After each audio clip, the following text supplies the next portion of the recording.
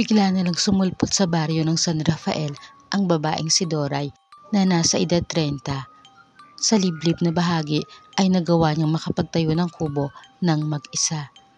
Isang umaga, lumabas siya ng kubo para mangahoy sa gubat. Pauwi na siya nang madaanan niya ang isang batang lalaki na gusgusin na nagkakalkal ng makakain sa basurahan. Sa tingin niya ay nasa 6 o 7 taon gulang pa lang ito. Naawa siya kaya binigay niya rito ang mga bayabas na napitas niya mula sa gubat. Tapos ay naglakad na siya pauwi bit-bit ang mga pinangahoy. Maya-maya pa ay naramdaman niyang may sumusunod sa kanya. Lumingon siya ngunit wala siyang nakita. Pero dinig talaga niya ang munting yabag sa likuran niya. Kaya't lumingon ulit siya at muli ay wala na naman siyang nakita. Nakiramdam siyang mabuti at sa ikatlong pagkakataon ay binigla niya ang paglingon. Doon niya nahuli ang may-ari ng mga munting yabag, ang batang gusgusin sa basurahan. Tinanong ni Doray kung bakit siya nito sinusundan. Sa halip na sagutin ang tanong niya, ay tanong din ang isinagot nito. Kung pwede raw ba siya nitong maging nanay. Hindi agad nakaimik si Doray. Sa 10 taong pagsasama nila ng asawa, ay hindi sila nabiyayaan ng anak. Natuklasan din niya nito lang nakaraang buwan na may babae ito. At meron itong anak sa kirida nito. Sa sama ng loob niya ay naglayas siya at dito nga pinagpad sa baryo ng San Rafael kung saan niya balak mamuhay na lang ng mag-isa. Pero heto at may munting nilalang na gusto siyang maging nanay. Yumuko siya rito at tinanong kung nasaan ba ang mga magulang nito at ihahatid na lang niya ito pauwi. Sinabi naman ng bata kung saan siya nakatira. Habang patungo sila roon ay sinabi rin niya kay Doray na namatay na ang nanay niya sa sakit at ang tatay naman niya ay dati pa raw sumakabilang buhay. Nasa tiyan pa lang siya ng nanay niya. Nalungkot si Doray sa kwento ng bata, ngunit higit siyang nalungkot nang malaman ang kalagayan ng bata sa mga narinig niya. Nung dapat ay kakatok pa lang siya sa pinto.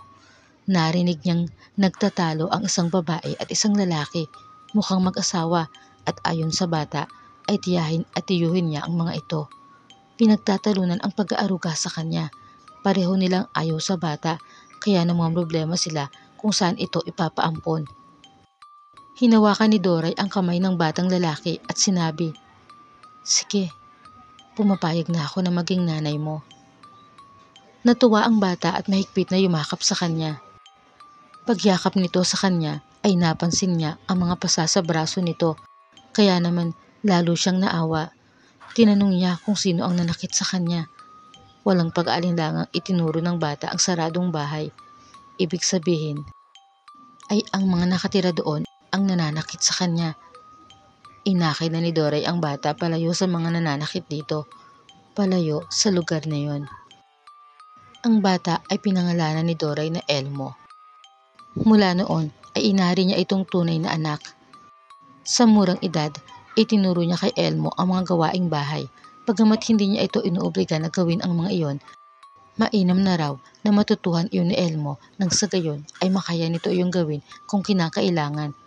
Upang malibang ay sinabi niya sa anak na kumanta sila ng sabay habang nagluluto, naghuhugas ng pinggan, naglalaba, nagwawalis ng bakuran at maging sa pangangahoy sa gubat. Sa gayong paraan daw ay hindi nila kababagutan ang mga gawain at magiging masaya pa nga sila. Pero sabi ni Elmo, wala siyang alam na kanta. Ani Doray, madali lang daw yun. Tinuruan niya si Elmo ng mga kantang alam niya at iyon nga ang ginawa nila.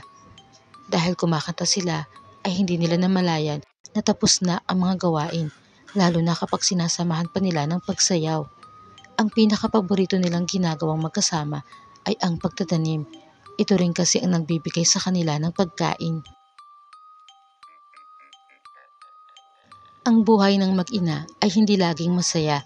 May mga pagkakataon na nagkakasakit si Elmo at sa mga pagkakataong yon ay labis ang pag-aalala at pagkataranta ni Doray kung paano mapapagaling agad ang anak.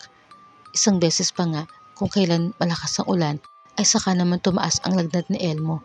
Sinuotan ito ni Doray ng kapote, di bali nang siya ang mabasa. Pinuhat niya ito hanggang sa bahay ng manggagamot sa baryo.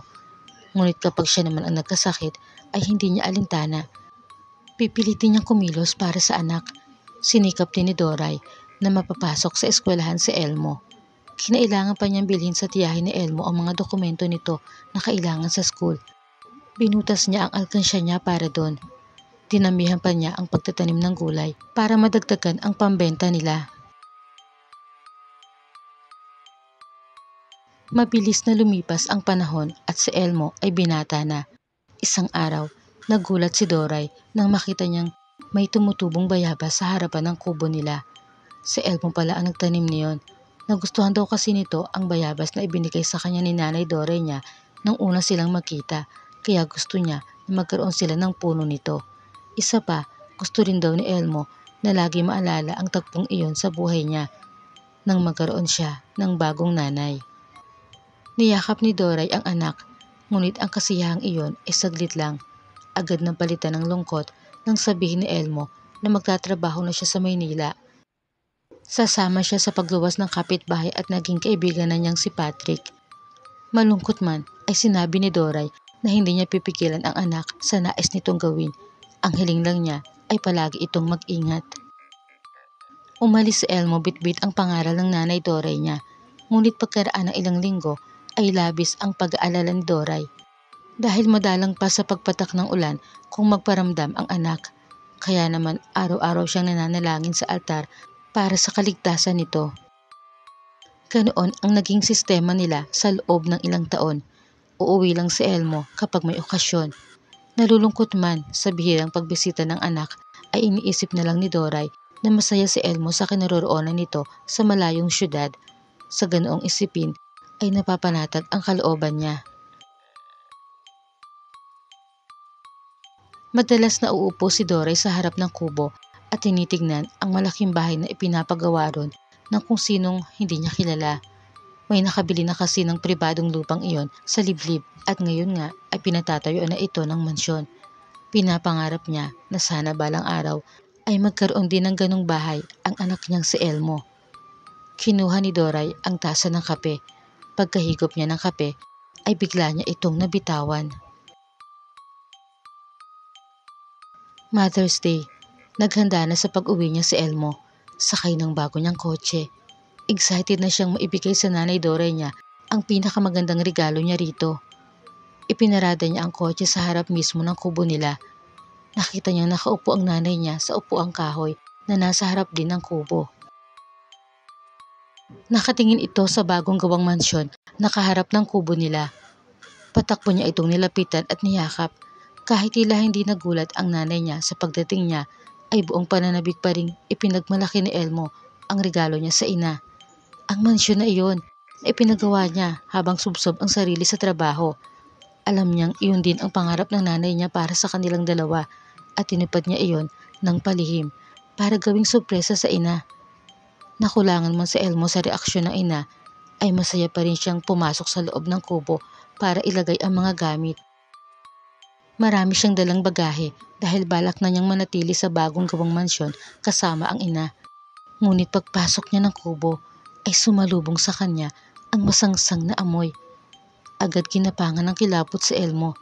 Nanlaki ang mga mata sa nakitang nakahiga sa papag. Nagmamadali siyang lumabas ulit ng kubo para tignan ang ina sa labas. Wala na ito roon. Binalikan niya ang nasa loob na nakahiga sa papag. Biglang gumuho ang mundo ni Elmo. Napaluhod na lang siya at napahagulgol sa harap ng walang buhay na katawan ng ina. Para saan pa ba ang mga ginawa niyang pagsisikap kung ang pag-aalayan niya nito ay wala na? Noon na-realize ni Elmo na sana ay mas pinili niyang maibigay sa ina ang oras at panahon kaysa pinilit abutin ang pangarap kapalit ng matagal na panahon nilang pagkakalayo. Wala naman siyang ibang intensyon kundi mapasaya ang babaeng tumanggap sa kanya bilang anak. Hindi man siya nito kadugo, pero hindi niya inaasahan na sa kapighatian mauuwi ang pangarap niya para rito.